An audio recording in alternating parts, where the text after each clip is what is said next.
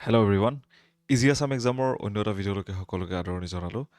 আজি এই ভিডিঅ'টোত আমি 25 ডিচেম্বৰ 2025-ৰ ডেইলি ইম্পৰ্টেণ্ট কাৰেণ্ট এফেয়াৰ্ছখিনি চাম, যিখিনি নেকি আমি আছাম ট্ৰিবিউন, দ্য চেণ্টিনেল আৰু অন্য নিউজ পেপাৰ আৰ্টিকলছৰ পৰা কালেক্ট কৰিছোঁ। এই গোটেই কাৰেণ্ট এফেয়াৰ্ছখিনি তোমালোকৰ APSC হওক বা আদাৰ ADRE, আছাম পুলিচ বা ডিফাৰেণ্ট এক্সামিনেশ্যনছৰ কাৰণে খুবেই গুৰুত্বপূৰ্ণ। তাৰ লগতে এই গোটেই ক্লাছৰ PDF খিনিৰ কাৰণে তোমালোকে আমাৰ টেলিগ্ৰাম চেনেল জইন কৰিব পাৰা, যাৰ নেকি লিংক মই ডিছক্ৰিপশ্যন বক্সত দি থৈ দিছোঁ। ঠিক আছে, আৰু তাৰ লগতে আমাৰ চেনেলটো ছাবস্ক্ৰাইব কৰিব পাৰা ফৰ আপকামিং ডিফাৰেণ্ট ভিডিঅ'ছ। তেতিয়াহ'লে আমি আজি ক্লাছটো আমি আৰম্ভ কৰোঁ। চ' প্ৰথম টপিকটো হৈছে ইয়াতে প্ৰবাসী জীৱন as a new Assamese TV serial. So' নতুনকৈ প্ৰবাসী জীৱন বুলি এখন ছিৰিজ অনা হৈছে। তোমালোকৰ চাগে মনত আছে ৰিগাৰ্ডিং বিদেশত আপোন মানুহ বুলি, হয়নে? ৰাইট, খুব সেই থিমটো লৈ কিনে এখন ইয়াতে ছিৰিজ এখন অনা হৈছে, য'ত নেকি যিমানবিলাক আমাৰ প্ৰবাসী অসমীয়া আছে ইউনাইটেড কিংডম বা ব্ৰিটেইনত, তেওঁলোকক লৈ কিনে এখন ছিৰিজ ইয়াতে কৰা হ'ব। কোনটো চেনেলত? ৰেঙনি চেনেলত। ঠিক আছে, চ' কুৱেশ্যনছ, এইবিলাক কুৱেশ্যন ইন জেনেৰেল আমি APSC ডাইৰেক্টলি দেখা নাপাওঁ। অ'কে, আমি ইন জেনেৰেল এইবিলাক কুৱেশ্যন আমি দেখা পাম ADRE হওক, যেনেকৈ তোমালোকে চাগে মন কৰিছা প্ৰথম ADREত আমাৰ মিছন চাইনাৰ ওপৰত এটা কুৱেশ্যন আহিছিলে, ৰাইট? চ' তেনেকৈ কুৱেশ্যনছবিলাক তোমালোকে এক্সপেক্ট কৰিব পাৰা যে তলৰ কোনখন ছিৰিজ প্ৰবাসী অসমীয়া বা অসমীয়া যিমানবিলাক নেকি ব্ৰিটেইন বা UKত আছে তেওঁলোকৰ ওপৰত বনোৱা হয়। চ' তোমালোকে আহি কিনে চাবা যে এইটোনো কুৱেশ্যন সোধে নেকি, ৰাইট? চ' এনেকৈ কুৱেশ্যনছবিলাক কেতিয়াবা সোধা হয়। The series highlights the lives and struggles of Assamese migrants living in the United Kingdom. So' অসমৰ পৰা যিমান অসমীয়া তাতে গৈছে ইউনাইটেড কিংডম বা ব্ৰিটেইনত, তেওঁলোকৰ লাইফৰ যিমানখিনি কষ্ট আছে বা তেওঁলোকে যিমানখিনি তাতে গৈ কিনে কৰিছে তাৰ বিষয়ে এই গোটেই এপিছডটো দেখুওৱা হ'ব। The first episode will be telecast on the January 4 of next year. So' অহা বছৰ January 4 পৰা এইখিনি আৰম্ভ কৰা হ'ব, প্ৰচাৰ কৰা। It focus on the themes of displacement, identity and survival away from the home. কেনেকৈ ঘৰৰ বাহিৰত গৈ তেওঁলোকে ইয়াতে ছাৰ্ভাইভ কৰিছে। তাৰ লগতে the story line is based on true emotional, social and economic challenges faced by the migrant families. So' অসমৰ পৰা যিমানখিনি প্ৰবাসী অসমীয়া তাতে গৈ কিনে যিমানখিনি তেওঁলোকে বেলেগ বেলেগ ছেক্টৰছত যিখিনি তেওঁলোকে দেখিলে বুজিলে, ৰাইট, সেইখিনিৰ ওপৰত বেছিকেলি ফ'কাছ কৰা হ'ব। The serial presents realistic characters and relatable situations as well. Okay, আচল কাহিনীৰ পৰা বনোৱা গৈছে। So' Hiramani Sharma is the director of the serial, আৰু তাৰ লগতে awareness about migrant life at this challenges. So' এইখিনিৰ ওপৰত বেছিকেলি ইয়াতে বনোৱা হৈছে। ঠিক আছে, the serial also' aims to preserve the Assamese cultural values and maintain the emotional ties with the homeland as well. Okay, right. চ' কেনেকৈ আমাৰ প্ৰবাসী অসমীয়াবিলাকে তাতে থাকি অসমৰ লগত সাংস্কৃতিক নিজৰ যোনটো বান্ধোন সেইটো বনাই ৰাখিছে, তাৰ ওপৰত বেছিকেলি এওঁলোকে দেখাব এই ছিৰিজখনত। ঠিক আছে, চ' ছেকেণ্ড টপিকটো হৈছে আমাৰ ইয়াতে ইছৰ'জ বাহুবলী ৰকেট, ৰাইট। চ' ইছৰ'ৰ বাহুবলী ৰকেট বুলি আমি যোনটো আমাৰ LVM-3 সেইখনকে ইন জেনেৰেল আমি কওঁ। ঠিক আছে, so' in a historic Christmas eve mission, যোনটো নিউজ ওলাই আহিছে যে ইছৰ'জ হেভিয়েষ্ট ৰকেট, এইটো হৈছে আমাৰ কি LVM-3M6 successfully places the US communication satellite into the orbit. So' USৰ কমিউনিকেশ্যন যোনটো ছেটেলাইট সেইটো ইয়াতে অৰ্বিটত থোৱা গৈছে। কাৰ থ্ৰু দি? LVM-3M6, যোনখন আমাৰ হেভিয়েষ্ট ৰকেট বুলি কয় বা বাহুবলী যোনখন কোৱা হয়। চ' 6100 kg Bluebird Block 2 satellite is the heaviest satellite ever launched from the Indian soil. চ' সকলোতকৈ গধুৰ যোনটো ছেটেলাইট এতিয়ালৈকে সেইটোৱে হৈছে ইয়াতে ব্লুবাৰ্ড ব্লক 2 নামৰ ছেটেলাইটটো। কোনে এইটো লঞ্চ কৰিছে? ইছৰ'ই লঞ্চ কৰিছে। কাৰ কাৰণে? For the United States. ঠিক আছে, কিমান কেজি ওজন এইটো? 6100 kg। ইয়াৰ ওপৰত তোমালোকে কি কৰিব পাৰা? ষ্টেটমেণ্ট বেছড কুৱেশ্যন এটা এক্সপেক্ট কৰিব পাৰা, প্ৰিলিমছ হওক বা ডিফাৰেণ্ট আমাৰ আদাৰ ডিপাৰ্টমেণ্টেল এক্সামিনেশ্যনছত। ঠিক আছে, the satellite is a part of the global ল' আৰ্থ অৰ্বিট কনষ্টেলেশ্যন। চ' GLEOৰ এটা কনষ্টেলেশ্যনৰ পাৰ্ট হয়। কনষ্টেলেশ্যন শব্দটোৰ বেছিক মিনিংটো হৈছে আমাৰ এটা গ্ৰুপ অফ ছেটেলাইটছ, বা এনেকৈ যেতিয়া ছেটেলাইট এটা গ্ৰুপ হৈ থাকিব, ৰাইট, থোপ খাই থাকিব এটা জেগাত, সেই বস্তুটোক আমি কি বুলি কওঁ ইয়াতে? কনষ্টেলেশ্যন বুলি কওঁ। ছেটেলাইট নহয়, বেছিকেলি ষ্টাৰ বুলিও কোৱা হয়।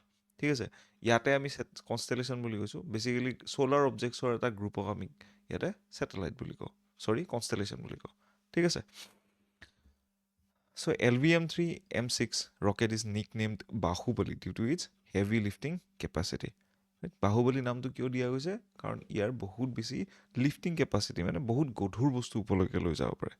ঠিক আছে so' ISRO' confirm this satellite was injected into the orbit in a text book launch মানে সকলোখিনি যেনেকৈ যাবলগীয়া আছিলে সেনেকৈ গৈছে ঠিক আছে The mission was conducted under a commercial agreement between the New Space India Limited and US-based AST Space Mobile.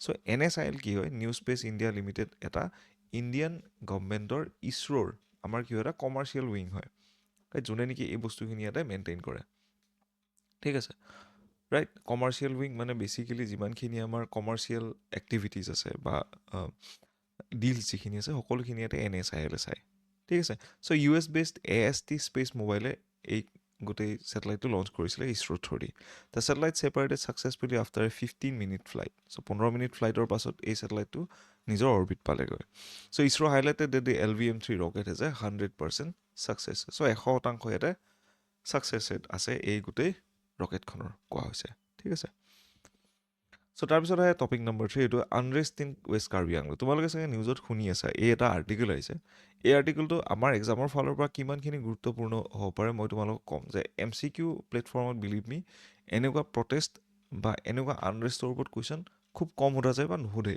ঠিক আছে তোমালোকে ADRE হওক বা বাকী এক্সামিনেশ্যন হওক বা APSCৰো প্ৰিলিমছত তোমালোকে ইয়াৰ পৰা কুৱেশ্যন এক্সপেক্ট নকৰিবা ঠিক আছে ইয়াৰ পৰা কুৱেশ্যন এক্সপেক্ট কৰিব পৰা তোমালোকে মেইনছত য'ত নি সুধিব যে আমাৰ ট্ৰাইবেল যিখিনি জেগা আছে তাতে আমি আনৰেষ্ট কিয় দেখা পাওঁ বা আনৰেষ্ট দেখা নাপালেও তাৰে কি চেলেঞ্জেছ আছে বুলি কিনে তোমালোকক এটা থুলমূলভাৱে এটা ব্ৰড কুৱেশ্যন সুধিব পাৰে চ' তাতে তোমালোকে এই বস্তুখিনি ইনক্লুড কৰিব পাৰা ঠিক আছে so' in a situation in west Karbi Anglong has remained volatile due to the protest by the local Karbi population right এতিয়া কিহৰ কাৰণে লোকেল পপুলেশ্যনখিনি ইয়াতে প্ৰটেষ্ট কৰি আছে বা আন্দোলন কৰি আছে কাৰণ against the growing presence of the Hindi speaking settlers in the 6th schedule district যিহেতু 6th schedule এলেকাত কি হয় বাকী মানুহে গৈ কিনে আমি ছেটেল হ'ব নোৱাৰোঁ ৰাইট আমি অসমৰ বাহিৰৰ বা অসমৰ আমাৰ নৰ্মেল এৰিয়াৰ পৰা গৈ কিনে 6th schedule এৰিয়া যেনেকৈ BTAD হওক বা কাৰ্বি আংলং হওক এইবিলাক জেগাত গৈ কিনে আমি ছেটেল হ'ব নোৱাৰোঁ বাট হিন্দী ইলিগেল বা হিন্দী স্পিকিং ইলিগেল ছেটেলছবিলাকে তাতে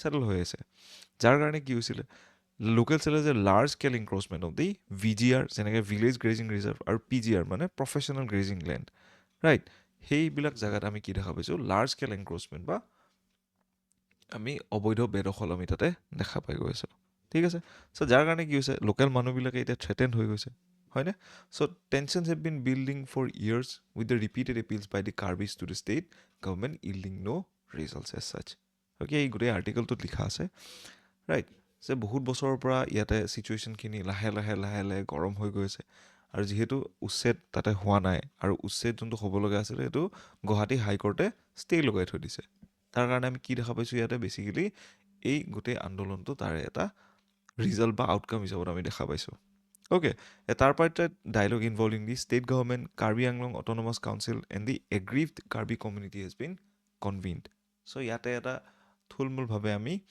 এখন ট্ৰাইপাৰ্টাইট ডায়লগ মানে তিনিটা পাৰ্টিৰ মাজত যেতিয়া ডায়লগ হয়তো ট্ৰাইপাৰ্টাইট বুলি কোৱা হয় ইয়াতে পাৰ্টিকেইটাৰ নাম মই লিখি দিছোঁ চ' সকলোখিনি এটা ডায়লগৰ মাজেৰে এটা চলিউশ্যন ওলোৱাৰ কথা কৈছে ঠিক আছে so' illegal occupation in the 6th schedule land which has the highest constitutional protection points a nexus between the encroachers government machinery and the corrupt local leaders okay right so 6th schedule landত যেতিয়া আমি সংবিধানে right সাংবিধানিক বহুতখিনি ইয়াতে protection দি থৈ দিছে তথাপিও তাতে যাই যেতিয়া আমি অবৈধ বেদখল দেখা পাইছোঁ মানুহৰ পৰা চ' ডেট মিনছ তাতে বহুতখিনি কৰাপশ্যন হওক বা কিছুমান ছিষ্টেমেটিক ইৰেগুলাৰিটিজ তাতে আছে বুলি গণ্য কৰিব পাৰি এতিয়া এইবিলাক বস্তু তোমালোকে ক'ত লিখিবা মেইনছত যেতিয়া তোমালোকক সুধিব যে ক্ৰিটিকেলি এনালাইজ বুলি যেতিয়া কুৱেশ্যনটো তোমালোকক সুধিব যে আমাৰ critically analyse the problems or the shortcomings in our tribal land বা আমাৰ 6th schedule areas in Assam state okay so large scale settlement of outsiders on constitutionally protected tribal land and poses a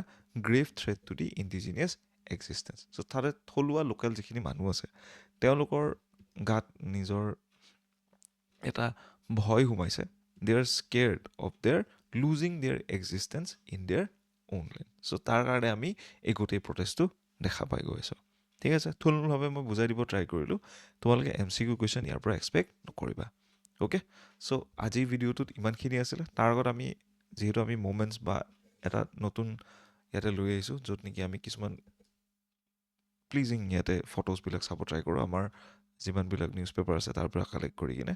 চ' যিহেতু Christmas চলি আছে, চ' এইটো এটা ডিপিকশ্যন হয় আমাৰ যীশু খ্ৰীষ্টৰ, right, in the Christmas Eve. ক'ত এইটো আমাৰ গুৱাহাটী বাপটিষ্ট চাৰ্চত, অ'কে, ৰাইট।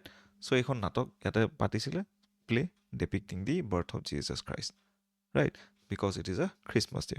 ঠিক আছে, চ' আজিৰ ক্লাছটোত ইমানখিনি আছিলে। আশা কৰোঁ তোমালোকৰ গোটেই ছেশ্যনটো কৰি কিনে ভাল লাগিল।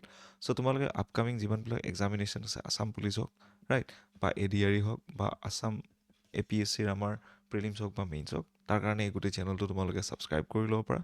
আৰু তাৰ লগতে আমাৰ টেলিগ্ৰাম চেনেলটো জইন কৰিব পাৰা, যাৰ নেকি QR ক'ডটো স্কেন কৰিলে তোমালোকে পাই যাবা, য'ত নেকি ইজিলি এই ক্লাছৰ PDF খিনি তোমালোকে এক্সেছ কৰিব পাৰিবা। ঠিক আছে, thank you everyone, have a good day.